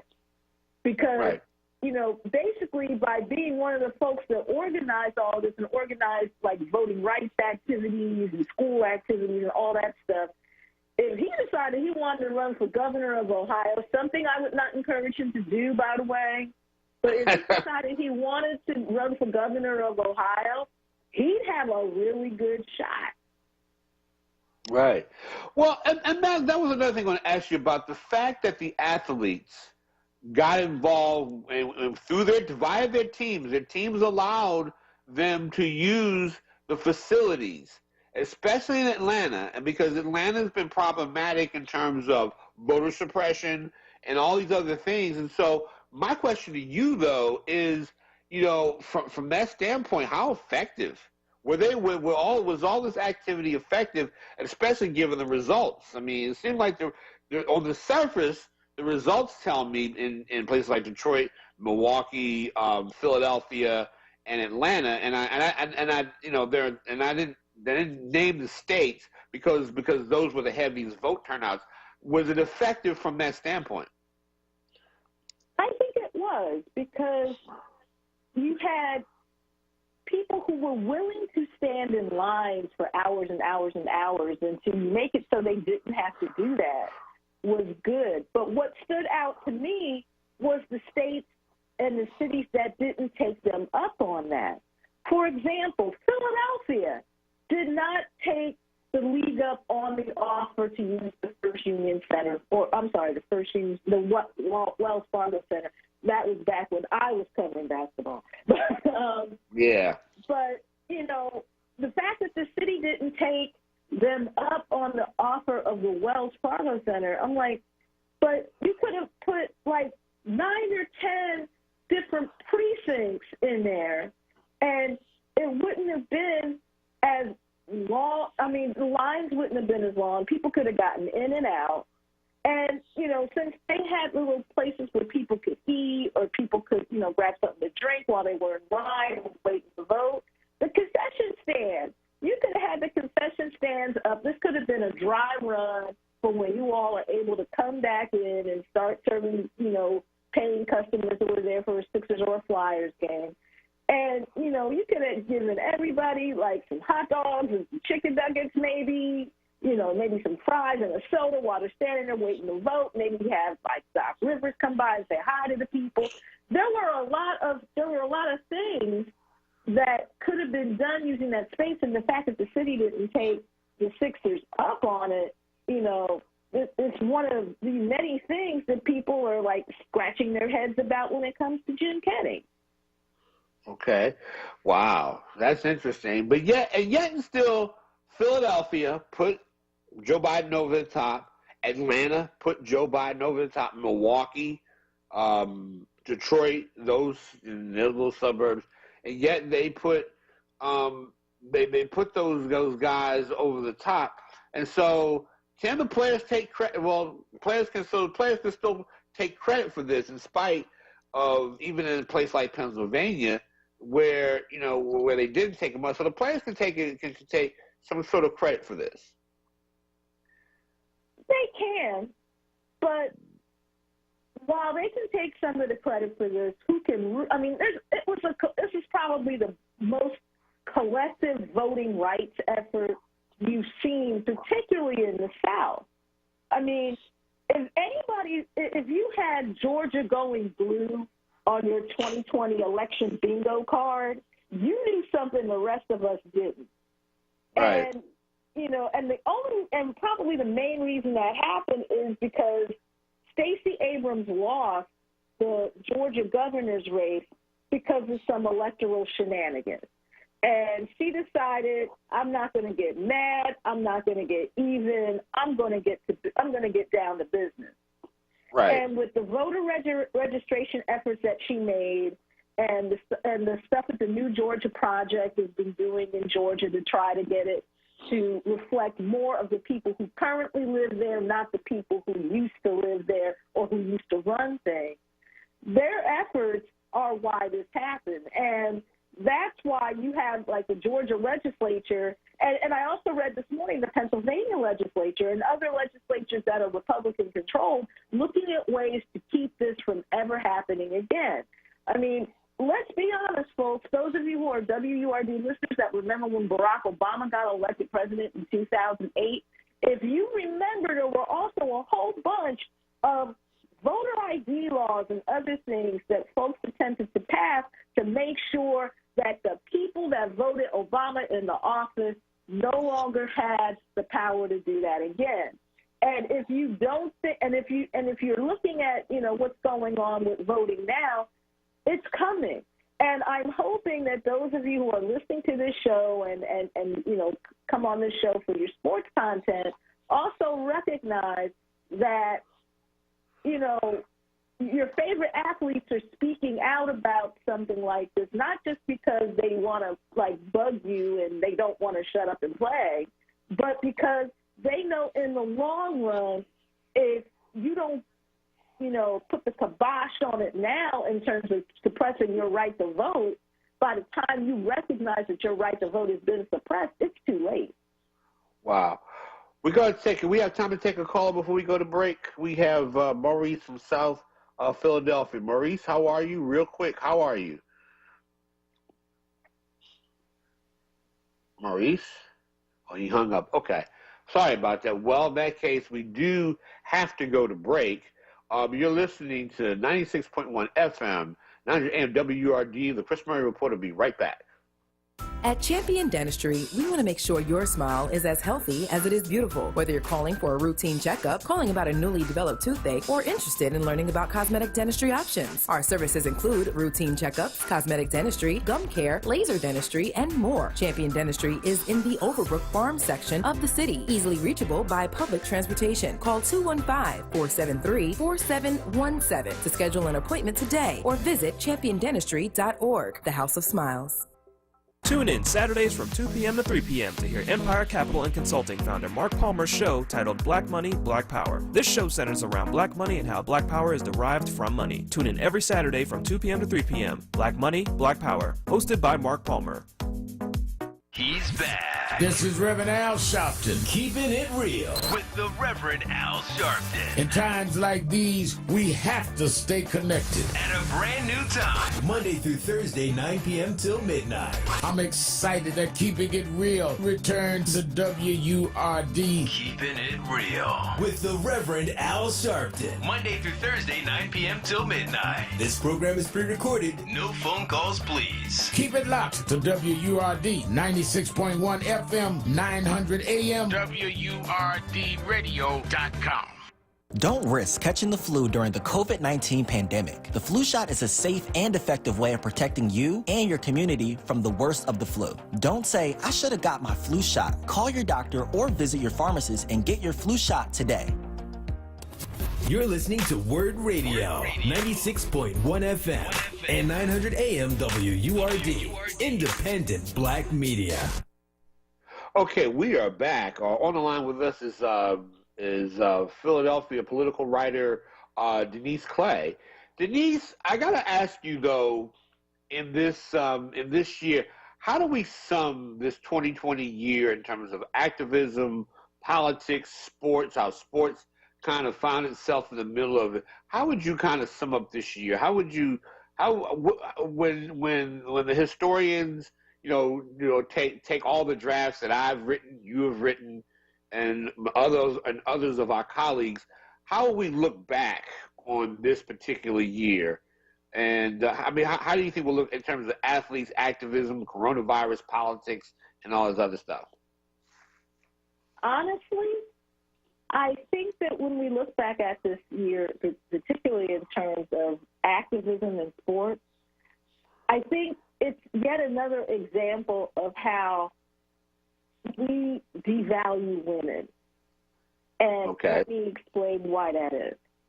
Because before LeBron or anybody else decided that they were going to protest what was going on in terms of what the police were doing and what other civil rights violations, the WNBA was already out there. Right. The women of the WNBA were already out there. They were already protesting. They were already making their voices heard. And one of the things that I've learned in my study of the civil rights movement is that if it were not for the efforts of a whole lot of black women who, let's keep it real, if it were not for black women, there are parts of the black community that would have already fallen down and fallen apart. Right. But black women uphold the community. That is our job, and we take it very seriously. And that is what happened. That's what's happened electorally. That's what's happened in terms of protests. And that's what happens in a great many things. And my hope is that when the historians do take apart 2020, and man, are they going to have a lot to work with, that is one of the things that people finally recognize, that were it not for black women, in some cases taking the lead and catching the arrows, we might not have gotten as far as we have. And I think that when we tell the story of athletes and activism, particularly in 2020, it has got to start with the women, because the fact that it hasn't started with the women is really discouraging to a group of people who has been out there all along and all the time, and they need to get their props. Also, I think what it did was I think that, just seeing, some of the stuff going on, particularly with police and the Black community, has made athletes realize that, sure, you might be getting this really nice check for playing this game, and that's terrific, but the thing is, the people that you live with in your neighborhood, and in some cases yourself, you're finding out that money does not protect you from someone's bias and racism, and you have to fight for yourself. And because you have the resources to, do things that others can't, that you kind of have to step up. Yeah, and by the way, I'm also trying to get my good buddy David Steele. I just got a text from David Steele. I'm going to try to get him in a few minutes that we have left here. But yeah, I would agree with you, Denise, that I think sometimes we do. For every time, like we talk of civil rights history, for example, for every time we talk about John Lewis and Martin Luther King, we forget the Ella Bakers, the Diane Nashes, and all that of the world, and we don't bring them into the fold in terms of discussing their role in movement. Now, speaking of which, I am going to get another voice in here, Denise. I'm bringing in David Steele, who is going to join us right now to talk about. I want to get David your perspective on what Denise just talked about. How will we look back at 2020 in terms of athletes' protests? And since you have written the definitive book on Tommie Smith, the autobiography of Tommie Smith, who raised his fist in 1968 in Mexico City, how are we going to look back on 2020 as a year of activism in sports? Denise just talked about the fact that women led the charge. What's your take on that?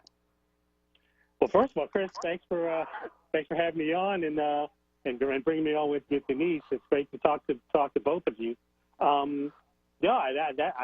Denise makes a great point, and I think it's one that even as much as we have talked about it relative to how often we include women in this conversation, it's clear that we don't give them the recognition that they truly deserve. And this year, I think, is going to be sort of a watershed when it comes to that, because you really can't talk about this year without talking about the way women in sports jumped ahead of pretty much everybody to not only be an active part in it, but just to be really out front and very vocal and very active, and very much putting their money and their careers and their reputations where their mouths are. When we talk about what Naomi Osaka did, when we talk about what really the entire WNBA collectively and what a lot of the players did individually into perspective, when you look at what Maya Moore did, really for the second straight year, taking sort of the prime of her career to do the things that she did to literally free a man from prison. I think that we know that in the past we have not given women the recognition that they deserve, and I think that in the year 2020 and beyond, if we don't do it now, we may never do it, because it's too impossible to ignore. And if we are ignoring it, then we have a lot to answer to for ignoring it. Right. And I got to ask you, one of my earlier guests, and Denise, both of you all can chime in on this, that, and I think maybe I've asked this earlier to Denise, but I'll ask this to you too, David. You saw all the signs on the floor of all the NBA games, the NFL, and racism and all that. Was that more or less the agency of the players forcing this issue, or was the league trying to co-opt it, or was it a combination of both? I'm gonna let Dave. You want to grab that one, Denise? Yeah, I don't want Chris to start bleeping me on the air if I answer it. So you go ahead while I compose myself. No, come on, David. Come on. Like I said, we had my producer Jordan is on the button. He has the 7 seconds. So no, go ahead, man. Go ahead and say. I mean, but say what you got to say on that, dude. Well, I'll tell you what. I mean, I think to an extent with the NBA, the players drove it. And what makes the NBA different from most of the other leagues, they at least, pay attention to and react to what the players are because, we know that just because of the way these sports leagues operate, it's not a full partnership, no matter how they try to describe it.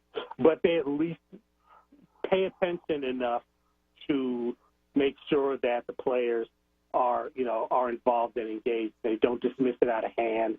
And they don't just try to sort of overtake everybody in terms of the way that they handle these things. So I will never believe that the league would do it on their own, would do any of this stuff on their own. I think that the players exercise the power that they have to get some of the things accomplished, like how they were going to act what they were going to do during the anthems, because the league, the NBA, actually had a policy where you have to react a certain way and you could not conduct a protest during the anthem. And the players basically pressured them to not do that because they knew exactly what that would look like.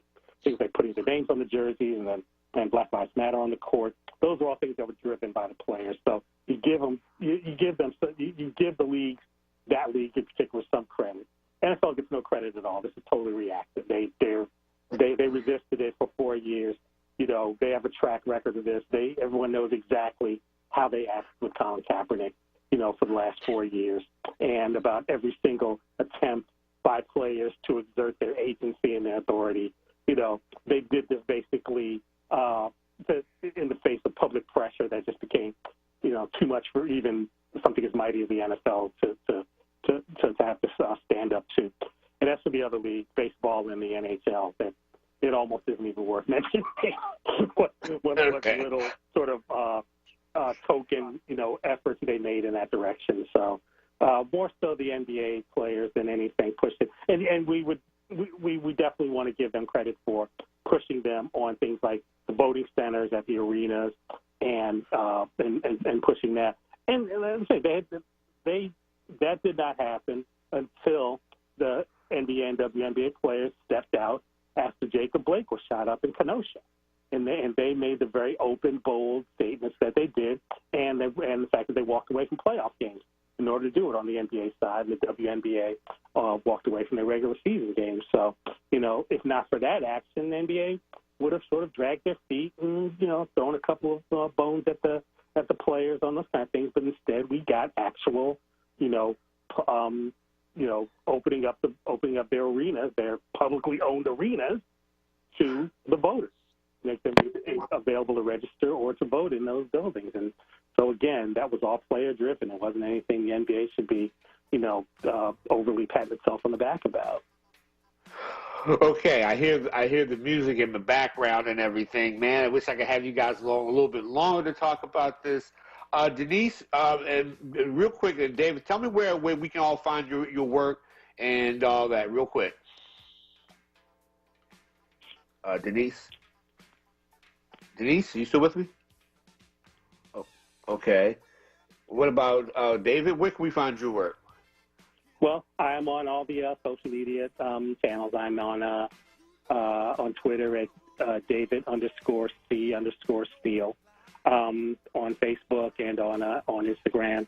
And the most recent work I've done has been at ESPN's The Undefeated, doing a lot of work about how the HBCUs are handling the pandemic, which has been a pretty fascinating thing that I think a lot of places are overlooking. So I would say look there most. And also, it is still the holidays, so go out and buy Silent Gesture, the autobiography of Tommy Smith. I co-wrote with Tommy Smith, and it's available to all the book outlets that are out there, including Amazon. And Denise, real quick. Well, you can find me on Twitter at Denise the Writer, and I have a year-end recap in this week's edition of the Philadelphia Sunday Sun, which is philasun.com. And, you know, I'm a freelance writer, so I'm all over the place. All right. Thank you very much. Ladies and gentlemen, thanks to Jordan Booth, our producer.